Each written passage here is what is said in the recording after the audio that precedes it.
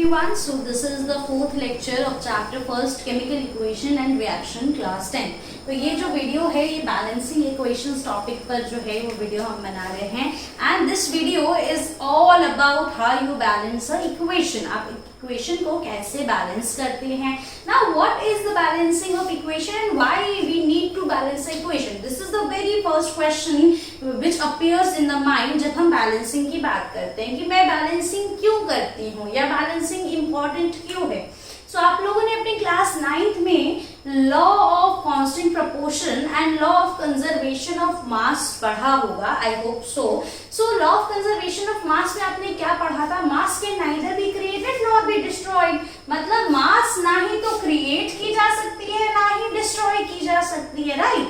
तो मास जो है वो बराबर रहता है. It is equal in any reaction. Reactant side पर और प्रोडक्ट साइड पर मास हमेशा सेम होना चाहिए and mass are represented by these type of numbers. इन नंबर्स के साथ हम लोग मास को रिप्रेजेंट करते हैं. Now let's see the equation first. पहला इक्वेशन मैंने यहाँ पर लिया है zinc plus H2SO4 that is sulphuric acid gives out ZnSO4 zinc sulfate plus hydrogen. Now as you can see this is a type of displacement reaction. This is a displacement reaction. क्यों. यहाँ पर zinc जो है उसने H2 को replace कर दिया है. Zinc is more reactive than H2. जो ज्यादा reactive element होते हैं वो कम reactive element को displace कर देते हैं. We have studied this till now. अब इस इक्वेशन को अगर मैं चेक करूं तो देखिए ये मेरा रिएक्टेंट साइड है. No need to mention now. Reactant side है. अब देखिए रिएक्टेंट साइड में जिंक मेरा सिंगल कंपाउंड में है. अगर कोई भी नंबर नीचे मेंशन नहीं है तो इसका मतलब वो जो एलिमेंट है वो सिंगल है. जिंक यहाँ पर सिंगल है. नाउ H2 हाइड्रोजन के साथ ट्वाइस लगा हुआ है. हाइड्रोजन 2 के कंपाउंड में है एंड S सिंगल है. O4 O के साथ 4 कंपाउंड है. नाउ अब ZnSO4 this is my product side. Let's mention here this is my product side. अब प्रोडक्ट साइड पे अगर आप चेक करें तो जिंक जो है वो सिंगल था रिएक्टेंट साइड पर और प्रोडक्ट साइड पर भी सिंगल है. सल्फर रिएक्टेंट साइड पर भी सिंगल था और प्रोडक्ट साइड पे भी सिंगल है. ऑक्सीजन रिएक्टेंट साइड में भी 4 कंपाउंड्स में था और प्रोडक्ट साइड में भी 4 कंपाउंड्स में है. हाइड्रोजन रिएक्टेंट साइड में भी 2 कंपाउंड में था एंड प्रोडक्ट साइड में भी 2 कंपाउंड में था. So this is the equation which is balanced. This is an example of balanced equation. Now unbalanced equation क्या होता है जिन्हें हमें बैलेंस करना होता है. Now let's see here. अगर मैं एक एग्जांपल यहाँ पे लूं. So this is iron Fe plus H2O gives out Fe3O4 ferric oxide. Fe is for iron. This is iron and we all know H2O is water. जब iron and water आपस में reaction करते हैं तो they made ferric oxide, iron oxide और hydrogen is released. Hydrogen is evolved here. अब आप अगर चेक करें तो देखिए Fe रिएक्टेंट साइड में 1 है, प्रोडक्ट साइड में 3 है. 3 कंपोनेंट में है. हाइड्रोजन रिएक्टेंट साइड में 2 है और प्रोडक्ट साइड में 2 है. हाइड्रोजन बैलेंस्ड है, आयरन बैलेंस नहीं है. ऑक्सीजन चेक करें. ऑक्सीजन रिएक्टेंट साइड में सिंगल है एंड प्रोडक्ट साइड में इसका 4 कंपोनेंट है. सो अब आपको समझ में आ रहा होगा कि ये एक रिएक्शन है जो कि अनबैलेंस्ड है. मतलब रिएक्टेंट साइड में कुछ और कंपाउंड्स हैं, कुछ और मास है एंड प्रोडक्ट साइड में कुछ और मास है. सो सबसे बेसिक रूल जब आप बैलेंसिंग स्टार्ट करते हैं तो उसमें एक चीज ध्यान रखने वाली ये है कि आप जब भी बैलेंसिंग स्टार्ट करते हैं तो हम हमेशा मेटल से स्टार्ट करते हैं. आपको पहले इक्वेशन में मेटल आइडेंटिफाई करना होता है. अगर मेटल इज देयर तो हम सबसे पहले मेटल को बैलेंस करेंगे. After which we will do non metal and उसके बाद हाइड्रोजन बैलेंस करेंगे एंड एट द एंड हम ऑक्सीजन को बैलेंस करेंगे. So let's us identify here कि यहाँ पर मेटल है या नहीं है. Iron Fe is a metal. अब आपको बनाना क्या है. इस तरीके से आप एक टेबल बना सकते हैं जब आप एक बिगिनर लेवल पर हैं. When we are just starting to balance the equation तब आप इस तरीके से एक टेबल बना सकते हैं. नाउ एलिमेंट्स, आप जितने भी एलिमेंट्स आपके रिएक्शन में यूज हुए हैं हम सबसे पहले उनको इकट्ठा करेंगे। एलिमेंट्स मीन कौन कौन से यहाँ पर कंपोनेंट्स यूज हुए हैं, कौन कौन से कंपोनेंट्स जो है हम उसको सबको एलिमेंट्स में लिख लेते हैं। सबसे पहला मेरा आयरन, आयरन को मैं कंपोनेंट्स में लिख लेती हूँ। After that hydrogen and after that oxygen. As I told you, हम पहले मेटल लिखेंगे, फिर non metal if it is present in the equation, and अगर नहीं है तो hydrogen and oxygen is in the last one. ठीक है, अब रिएक्टेंट साइड पे जो भी एलिमेंट्स हैं उनके सबकी जो है वो मास क्या क्या है हम वो लिख लेते हैं। आयरन का रिएक्टेंट साइड पर 1 मास है, if nothing is present there means 1। Okay, now hydrogen का जो कंपाउंड है that is 2 on the reactant side, and oxygen जो है वो सिंगल कंपोनेंट में प्रेजेंट है। नाउ प्रोडक्ट साइड पर आयरन मेरा 3 है and oxygen is 4 over there, और हाइड्रोजन तो 2 है। Hydrogen is balanced in all the sides, and product में और रिएक्टेंट साइड हमने दोनों में जितने भी एलिमेंट्स हैं वो लिख लिया। Now let's start balancing the equation. सबसे पहले मैं आयरन लिखती हूँ। आयरन के बाद यहाँ पर मैं इस इक्वेशन को दोबारा से एक बार लिख लेती हूँ।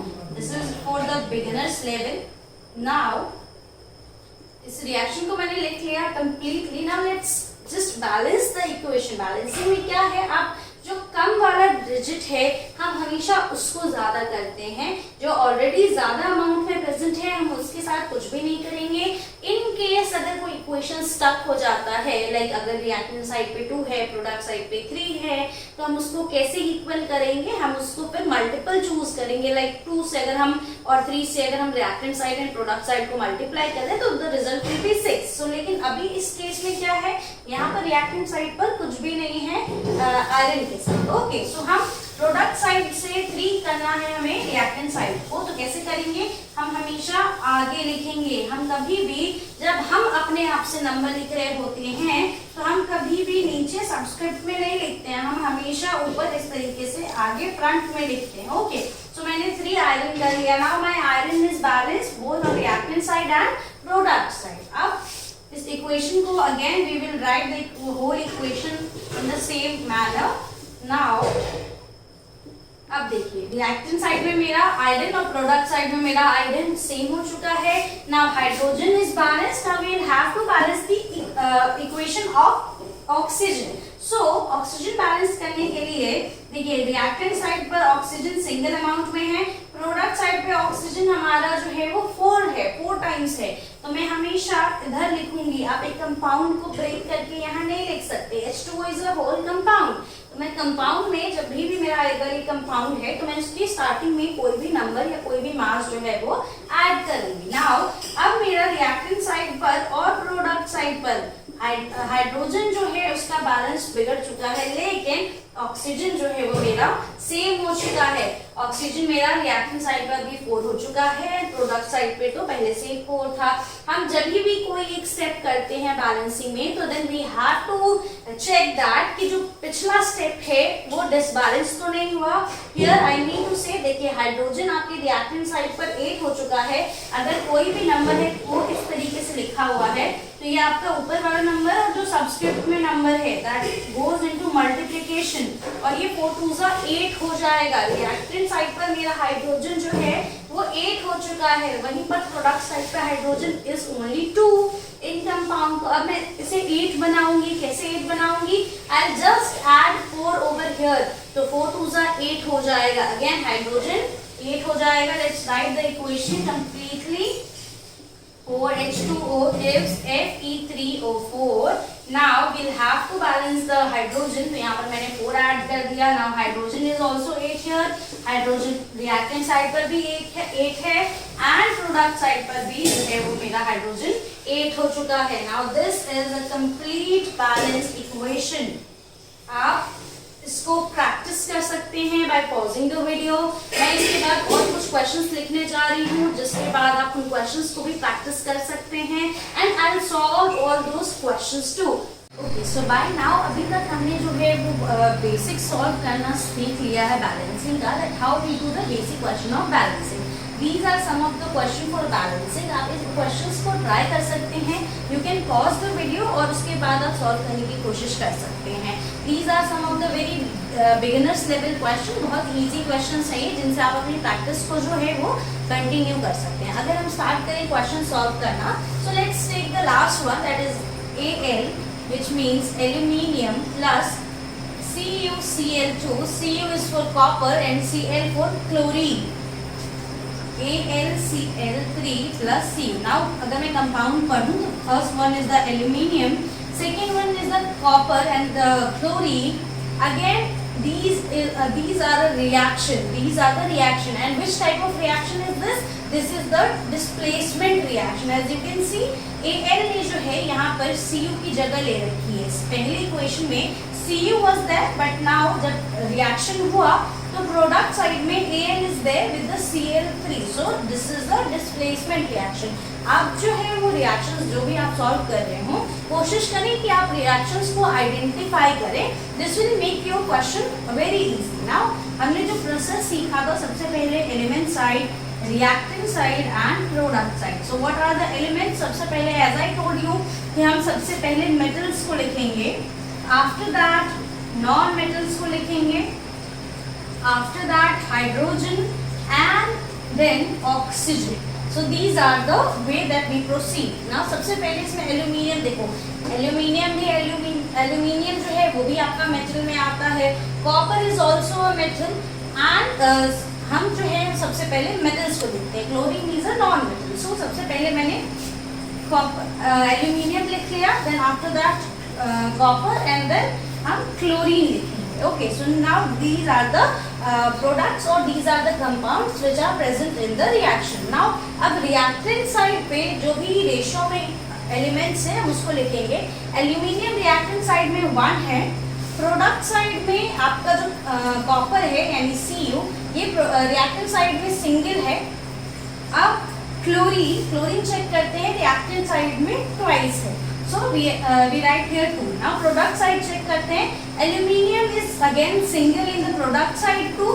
Now chlorine जो है वो अब product side में 3 है. As you can see, Cl पहले 2 था, अब product side में 3 है.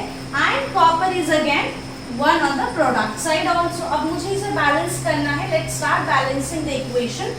सबसे पहले मुझे जो है वो आपको क्लोरीन को बैलेंस करना पड़ेगा. क्यों? क्योंकि यहाँ पर बाकी सब हमें बैलेंस दिख रहे हैं. देखिए एल्यूमिनियम बैलेंस्ड है और कॉपर बैलेंस्ड है. We have to balance the chlorine. अब मैं 2 को बैलेंस नहीं करूंगी, मैं इस वाले को बैलेंस करना स्टार्ट करूंगी. देखिए 3 है मेरे पास प्रोडक्ट साइड पे, रिएक्टेंट साइड पे 2 है. अगर मैं दोनों को 6 बना दूं तो then it will be equal. देखो 3 यहाँ पर प्रेजेंट है, आप यहाँ पर एक और क्लोरीन ऐड नहीं कर सकते, आप बीच में इसके 1 नहीं लिख सकते. This will be a wrong way. So हम क्या कर सकते हैं, हम दोनों को 6 बना सकते हैं. यहाँ पर 2 है, यहाँ पर 3 है. अगर मैं इसमें 2 मल्टीप्लाई कर दूं तो ये 6 हो जाएगा, और अगर इसमें मैं 3 मल्टीप्लाई कर दूं तो ये भी 6 हो जाएगा. So let's start balancing it with chlorine. Now Al plus CuCl2. अब देखिए मैंने आपको बताया था अगर कोई कंपाउंड हो तो आप बीच में नहीं लिखेंगे, आप हमेशा फ्रंट में लिखेंगे. सो यहाँ पर मैंने 3 ऐड कर दिया. सो 3 2 6 हो जाएगा. एंड अगेन आप यहाँ पर भी हमें 6 करना है.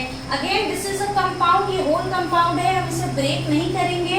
मुझे यहाँ पर 2 लगाना है तो मैं फ्रंट साइड में लगाऊंगी. ना chlorine is 6 on both the sides. अगर मैं यहाँ पे लिखूं तो ना chlorine is 6 on both the sides. अब लेकिन as I told you in the previous lecture that आपको जो है वो चेक करना है. जैसे आप एक प्रोसेस कंप्लीट करते हैं then you will have to check the further process कि आपने पीछे कहीं कोई एलिमेंट या कहीं कोई प्रोडक्ट डिसबैलेंस ना हो गया. अब मैं चेक करूं तो देखिए रिएक्टेंट साइड पे मेरा जो कॉपर है वो 3 हो चुका है. रिएक्टेंट साइड पे मेरा जो कॉपर है वो 3 हो चुका है ना. Okay, we have done one thing that यहाँ पर मैं 6 जो है ये मैंने कॉपर में लिखा है. This is now 6. Okay, reactant side में जो कॉपर है वो 3 हो चुका है. एंड प्रोडक्ट साइड में चेक करें कॉपर अभी भी 1 है. मुझे इसे बैलेंस करना है. देखो 3 हम 3 वाले को नहीं चेंज करेंगे, हम जो सिंगल है या सिंगल एलिमेंट दिख रहा है हम उसी के साथ चेंज करेंगे. जो एलिमेंट ऑलरेडी नंबर्स में है we are not going to change that. अब देखिए हम लोग कॉपर को चेंज कर रहे हैं, कॉपर आपका रिएक्टेंट साइड पे 3 हो चुका है, प्रोडक्ट साइड पे अभी भी 1 है।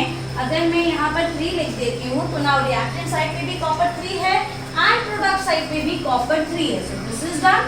अब चेक करें एल्यूमिनियम का बैलेंस। अब एल्यूमिनियम आप चेक करिए, देखिए प्रोडक्ट साइड में आपका एल्यूमिनियम 2 कंपाउंड में हो चुका है, प्रोडक्ट साइड में एल्यूमिनियम 2 कंपाउंड में हो चुका है, लेकिन रिएक्टेंट साइड में अभी भी सिंगल कंपोनेंट है। तो मुझे कुछ नहीं करना, I just have to add 2 over there.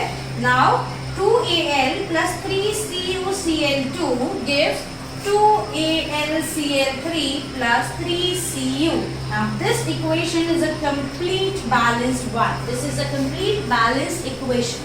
So now you can try all these equations and even you can search your equations on the Google, and your book also contains a lot of questions that you should have to balance.